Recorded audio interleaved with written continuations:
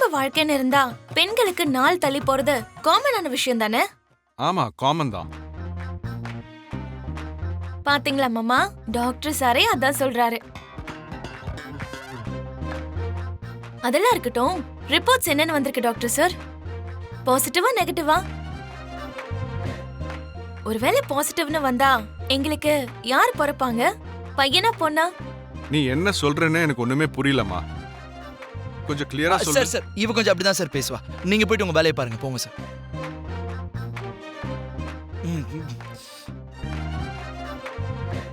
ஓ, நான் செக்அப் பண்ணிக்கிட்டது இவர்கிட்ட இல்ல மாமா, லேடி டாக்டர் கிட்ட.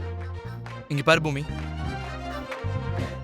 நீ மறுபடியும் ஏதோ புது நாடகத்தை ஆரம்பிச்சிருக்கியோன்னு எனக்கு தோணுது.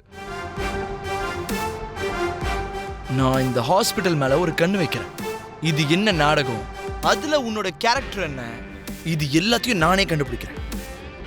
அதுக்கப்புறமா வந்து உங்ககிட்ட பேசுறேன்டி.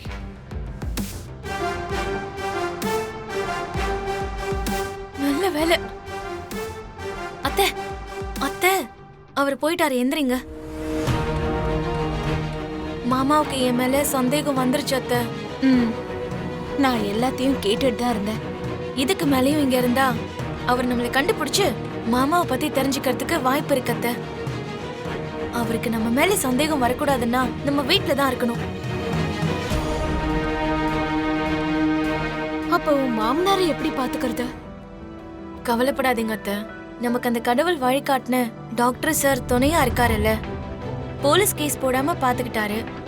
மாமாவை பத்திரமா பாத்துக்கோங்கன்னு சொன்னா அவர் பாத்துக்க மாட்டாரா என்ன? அவரே எவ்வளவு பணம் கேட்டாலும் நம்ம அந்த பணத்தை கொடுத்துடலாம் அத்தை. ஆனா நாம ஒண்ணு பண்ணணும். இப்படி தினம் தினம் வராம 2 நாளைக்கு ஒரு வாட்டி வந்து மாமாவை பாத்துக்கிட்டோம்னா அதுவே போதுமானது. எனக்கும் அதான் சரின்னு தோணுதுமா. உண்மையிலேயே அந்த டாக்டர் அந்த கடவுளோட மறு உருவம்னு சொல்லலாம். சரிங்க அத்தை, வாங்க போலாம். அப்பா, நீங்க என்ன விட்டுட்டு ரொம்ப தூரம் போயிட்டேன்னு நினைச்சிட்டு இருக்கீங்களோ என்னமோ? இதோ இந்த ரூபத்துல இந்த மாதிரி என் பக்கத்துல தான் இருக்கீங்கப்பா, என் பக்கத்துல தான் இருக்கீங்க.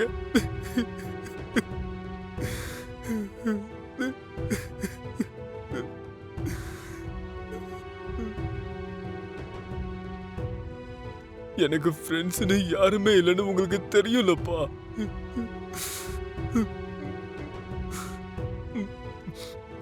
உங்களை தவிர எனக்கு பெஸ்ட் ஃப்ரெண்டுன்னு யார் இருக்காங்கப்பா? என்னை இப்படி தனியா விட்டுட்டு ஏன்பா போனீங்க? ப்ளீஸ் பா.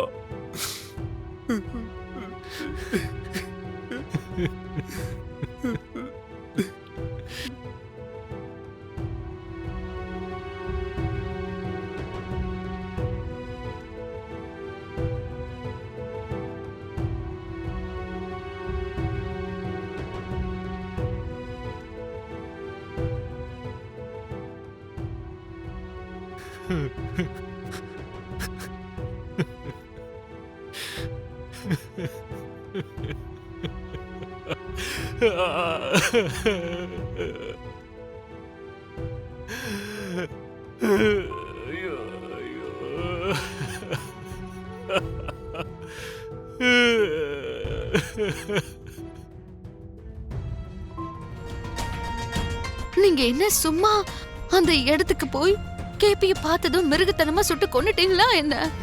இல்லல, அந்த கேபி என்ன கொல்ல வந்தான். என்ன காப்பாத்துறதுக்காக நீங்க அந்த கேபியை கொன்னுட்டீங்க. இல்லனா இன்னைக்கு நக்ஷத்ராவுக்கு இந்த தாய் இருந்திருக்க மாட்டா மாமா. அதுக்கப்புறம் நீங்களும் உயிரோடு தான் இருப்பீங்கிறதுக்கு என்ன கேரண்டி இருக்கு மாமா? நான் ஏன் சொல்றேன்னா, அந்த கேபிக்கு எனக்கு அப்புறம் நீங்க தானே மாமா டார்கெட்.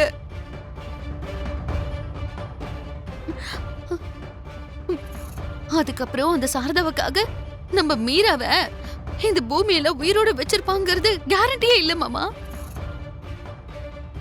இங்க பாருங்க மாமா, என்ன நடந்தாலும் அது நம்ம நல்லதுக்கு தானே நினைச்சுக்கோங்க. எல்லாரும் இப்ப கேபி தற்கொலை பண்ணி இறந்ததா தான் நினைச்சுக்கிட்டு இருக்காங்க. அந்த நம்பிக்கையை நாம அப்படியே விட்டுறணும் மாமா. ப்ளீஸ் மாமா, சொல்றது புரியுதா? மாமா மாமா எனக்கு சத்தியம் பண்ணுங்க, இந்த விஷயம் நமக்குள்ளேயே இருக்கணும். எனக்கு சத்தியம் பண்ணுங்க மாமா. ப்ளீஸ் மாமா, எனக்கு சத்தியம் பண்ணுங்க. சரி அபூர்வா, சரி சத்தியம் பண்றேன். நான் உங்களுக்கு குடிக்க ஏதாவது கொண்டு வரேன். தண்ணி எடுத்துட்டு வரேன், இருங்க. அழாதீங்க. வரேன், இருங்க. என்ன உள்ள நாங்க பேசினதெல்லாம் கேட்டுட்டியா? இந்த எஃபெக்ட பார்த்தா உனக்கு புரியலையாமா? நான் அப்போத்துல இருந்து கேட்டுக்கிட்டு தான் இருக்கேன். கேபி சாவுல உன் கைவரிசை ஏதாவது இருக்கான்னு. நீ அப்படியெல்லாம் எதுவும் இல்லைன்னு பயங்கரமா சமாளிச்சிட்ட. ஆனா உன் சமாளிப்புல பாதி உண்மை இருக்கு. இப்போ உன் கைவரிசை மட்டும் இல்ல, மாப்பிள்ளையோட கைவரிசையும் இருக்குன்னு சொல்லு. சித்தி, இந்த விஷயத்தை வேற எங்கேயும் உளராத. எனக்கு தெரியுமா, வளர்ந்தா நான் மேல போயிடுவேன். தெரியுதுல, அதனால வாயை மூடிக்கிட்டு இருக்கணும். அப்படி இருக்கிறதாலதான் இன்னும் உயிரோட இருக்கேம்மா. இல்லன்னா உன் கையால என் உயிர் எப்பவோ. போ.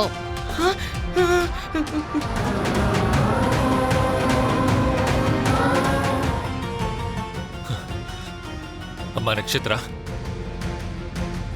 நக்ஷத்ரா. டாடி, சொல்லுங்க டாடி. நீ பண்றது உனக்கே நல்லா இருக்காம்மா? உன்னோட கேபி மாமா இறந்து இந்த வீடே சோகத்துல மூழ்கி போய் கிடக்குது. நீ என்னடானா சந்தோஷமா டான்ஸ் ஆடிட்டு இருக்க. ஐயோ டாடி, நீங்க தப்பா நினைச்சுக்கிட்டீங்க டாடி. நான் ஒன்னும் சந்தோஷமாலாம் டான்ஸ் ஆடல. மாமா இறந்து போயிட்டாருன்ற சோகத்துல மார்னிங் வாக்கிங் மிஸ் பண்ணிட்டேன். அதுக்கு பதிலாதான் ஃபிட்னஸ் போயிடக்கூடாதுன்னு சொல்லி இதோ இப்படி டான்ஸ் பண்ணிட்டு இருக்கேன் டாடி. மாமா இறந்ததை நினைச்சு நான் எவ்வளவு வேதனைப்பட்டு இருக்கேன்னு தெரியுமா டாடி? சரிம்மா, இப்படி எல்லாரும் வேதனைப்பட்டு உட்கார்ந்துட்டு இருந்தா சரிப்பட்டு வராது. செர்ரி படுற கஷ்டத்தை என்னால பார்க்கவே முடியலம்மா. அவன் அந்த கவலையில இருந்து நீதாம்மா மீட்டு வெளியில கொண்டு வரணும். நானா டாடி? நான் சின்ன பொண்ணு டாடி. ஒருத்தரை கவலையில இருந்து வெளியே கொண்டு வர்றது எனக்கு எப்படி தெரியும் டாடி? அன்பா அரவணைப்பா பாசமா நடந்துகிட்டேன்னா அவனே அதுல இருந்து வெளியில வந்துருவாம்மா. அவன் எது சொன்னாலும் இல்லைன்னு சொல்லாம நீ சிரிச்சுக்கிட்டே அதை பண்ணேன்னா ரொம்ப சீக்கிரமாவே ரிகவர் ஆயிடுவான். இந்த அப்பாவோட வார்த்தையை மதிச்சு அவன் அந்த கவலையிலிருந்து நீதான் எப்படியாவது வெளியில கொண்டு வரணும். சரிங்க டாடி.